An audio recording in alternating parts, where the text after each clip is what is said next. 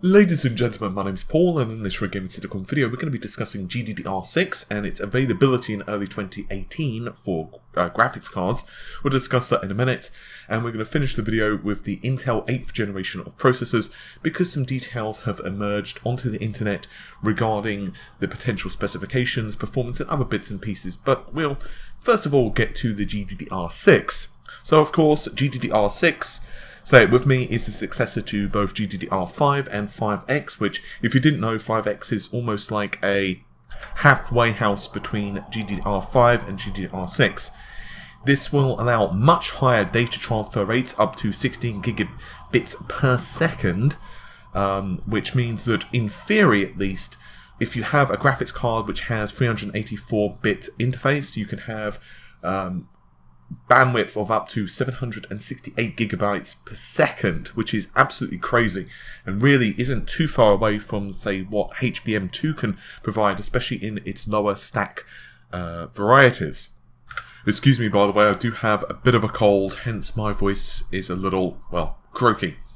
So none of that information, not my voice of course, the specifications of GDDR6 are new. We've known that for some time. What is new, however, is SK-Hynix have released a press statement. It's pretty lengthy, and honestly I won't bore you all of the details because a lot of it is obviously to entice potential investors, that type of stuff, but I'll read out the pertinent parts, don't you know.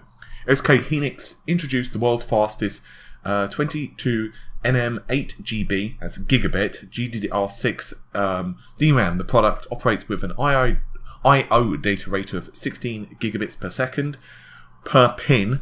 I just want to clarify that it is per pin, which is the industry's fastest.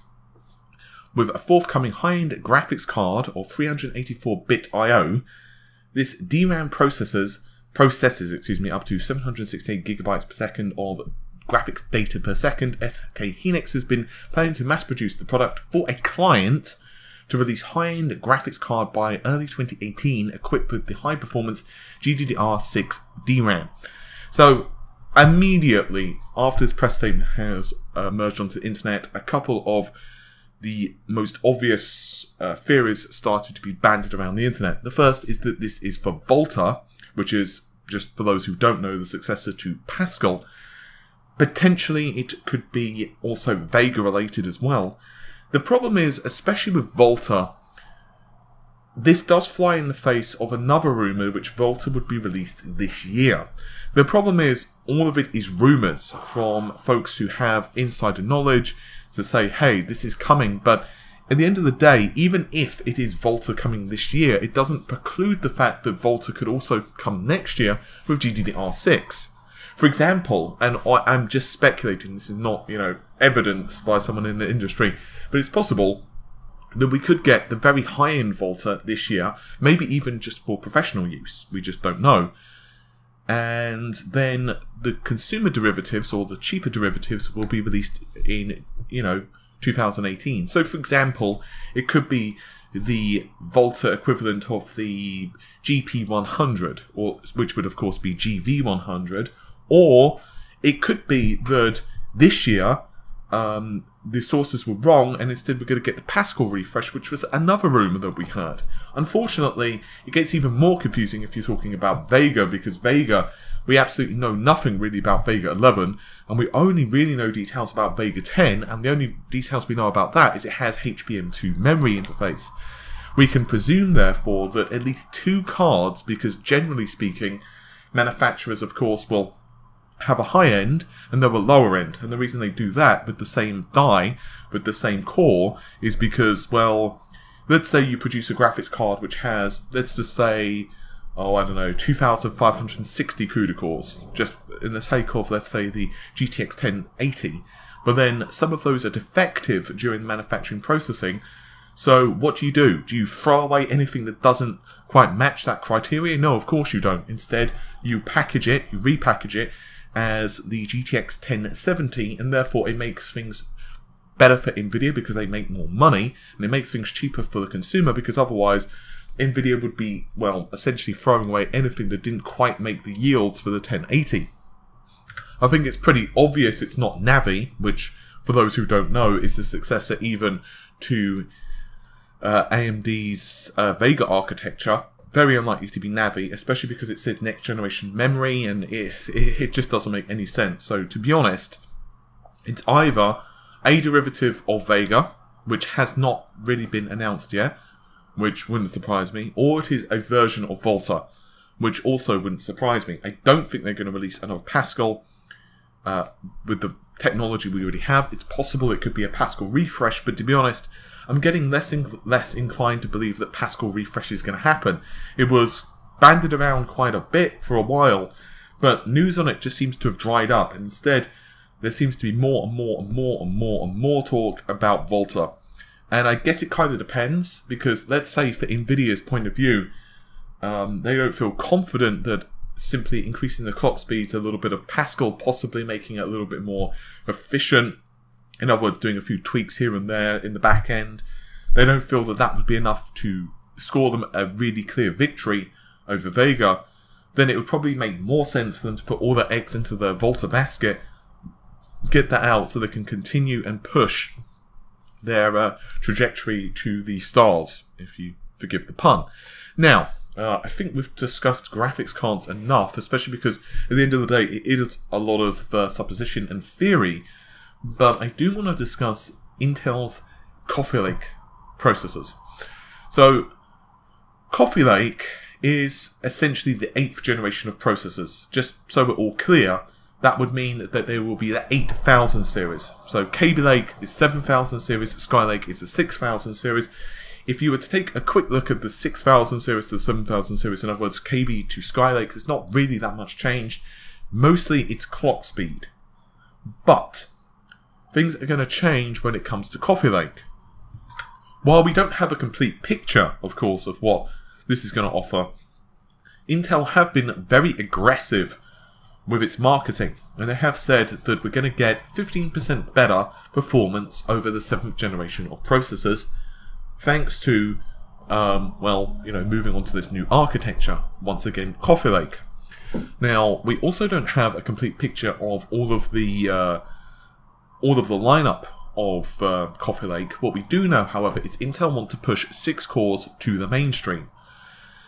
Sisoft Sandra has long been a leaker's paradise. If you're ever interested in sifting through the database, chances are good that you will find something that someone wants to hide. Now, just so we're all clear about the desktop space, I'm ignoring AMD because that's a whole different story. You have skylake-x and Kaby Lake-x, and these, of course, are going to be popping up on a new platform, and that platform is going to have 4, 6, 8, 10, and 12 cores, once again, supposedly. And that platform will be Basin Falls. So there is a massive difference between Basin Falls and Coffee Lake. So Coffee Lake is once again aimed at the mainstream. So some leaks have popped up, and these show an i5 processor.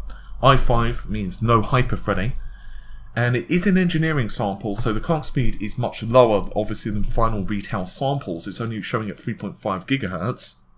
But even so, we do get some clear details. First of all, on the i5, it has 1.5 megabytes of level 2 cache.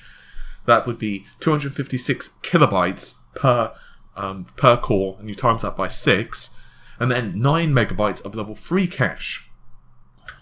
While obviously things can change in the future, this does tell us some information about the processor, because if you go through Intel's past history, previously each core has had 2 megabytes of level 3 cache associated with it, and this cache is associated across all cores. In other words, it's a unified pool.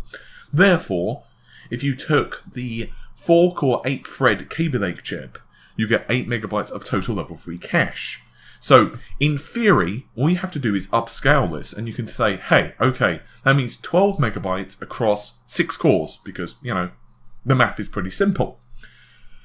The difference, however, comes with the i5s. So, what happens with the i5 is you actually get fewer megabytes of cache compared to the i7 derivatives. While the level 2 cache remains identical, 256 kilobytes, the level 3 cache of a 7600K is only 6 megabytes compared to 8 of the 7700K. So In theory, and obviously most applications it does differ, this is one of the reasons that if you do get an i5 7600K, benchmark it against the 7700K, have exactly identical clock speed but disable the hyperthreading of the 7700K, or just have an application which is solely geared towards a single core performance, mostly you will have the 7700K pip the 7600K in certain benchmarks. Not all benchmarks, but certain benchmarks, you will see a very slight pip in the direction of the 7700K, because once again it has that additional cache. Another interesting thing, at least according to this information, and bear in mind this could change extensively through launch, is that these processors appear to be running on, well, a skylake-x platform. What does that mean? Well, essentially you have a 200 PCH based motherboard.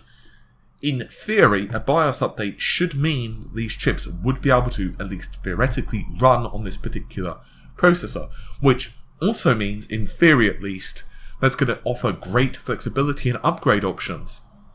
It also means that if you've been planning to build, let's say, a Ryzen rig, and let's say you've got a 7600K, just for example, and you're thinking, gee, kind of want a couple of extra threads, well, maybe this would be the better way to go. Because in theory, and I know I keep saying that, but I don't want to say this is fact, if it does turn out to be accurate, you would basically be able to just plonk in a BIOS upgrade, assuming your motherboard vendor does offer those BIOS upgrades, and assuming this actually turns out to be accurate, and assuming Intel actually want you to do this, and even manufacture it so it's compatible. We just don't know yet. For all we know, the final revision of the silicon could swap a couple of the pins around. We just don't know. It would be a great boon for users. There is one other thing I want to tackle with this, and that is that, well, I've had a couple of people messaging me asking, well, okay, if you're going to go Intel, should you just go Coffee Lake? Or should you perhaps consider Basin Falls, or what? You know, what is the difference? Well, obviously, at the end of the day, I don't have finished revisions of silicon, motherboards, BIOSes, and so on to test them on. But my understanding is, and obviously reality might be a bit different, that Basin Falls is obviously more expensive. This is aimed at the mainstream. Therefore, if you go with a Basin Falls type of platform, you get more PCIe connections, or rather lanes, to be more accurate, and obviously you get higher in support for perhaps connectability, and ultimately you get the ability to go higher number of threads. The question becomes, of course, is there a point where Basin Falls is basically pointless? So, for example, let's say you have one of these processors, let's call it the 8700K, who the fuck knows what it's going to be called. Well, if you go with this processor and a Basin Falls processor of like a 6-core, is there a point to it? You know, what's the cutoff? In other words, is there a point where essentially the performance is identical with the same number of threads, same number of cores? Well, of course, Basin Falls does have quad-core memory, so that's definitely a bonus. The additional memory bandwidth could potentially be quite handy. We just don't really know yet, and ultimately it is down to you. It becomes even stickier when one factors in AMD, and I know I didn't really want to mention AMD in this video, but it's almost remiss of me not to. Not only do you have Ryzen 7, which, to be honest, I still feel the Ryzen lineup of processors is really confusing for the customer. Perhaps confusing is the wrong word, but just weird. Because you have Ryzen 7 1700, which, to be honest, I bought a 1700X, and honestly, from my testing, the 1700 isn't that much different in terms of overclocking performance. Obviously Silicon Lottery and all that crap, but just generally speaking, there's not that much difference between them, what the average user can get out of them, assuming you're not going to, suddenly transport it to the, underwater oceans of an ice moon. It just, it doesn't really make that much difference in terms of actual performance. So I would say that that's kind of weird. And then you've got the Ryzen 5s, which is even stranger, considering the price disparity between a 4 and a 6-core processor. And then, of course, you've got the rumours of the 16-core variants with the 32 threads, which, once again, supposedly is going to be hitting this year. In other words, there's going to be a lot of tech happening over the next, let's say, couple of months. And I'm assuming that all of it is going to be basically vying for your money. In other words, all of it's going to be fairly competitively priced, and we can presume is going to be pretty competitive in terms of performance. So yeah, it's going to be a weird time in the industry.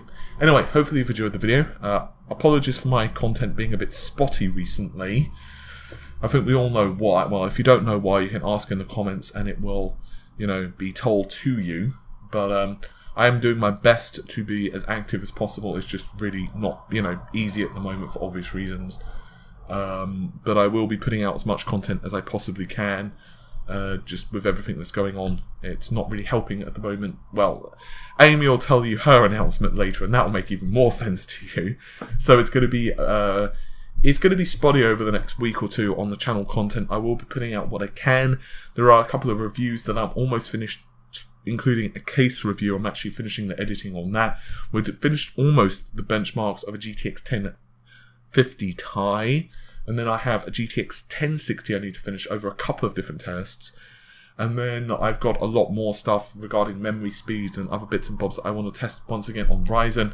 Unfortunately, just because we've fallen so far behind on actual hardware reviews and a lot of it has to go back, I just need to, you know, finish that stuff off as well. Anyway, hopefully you've enjoyed the video. I'll see you soon. Take care of yourselves. Bye for now.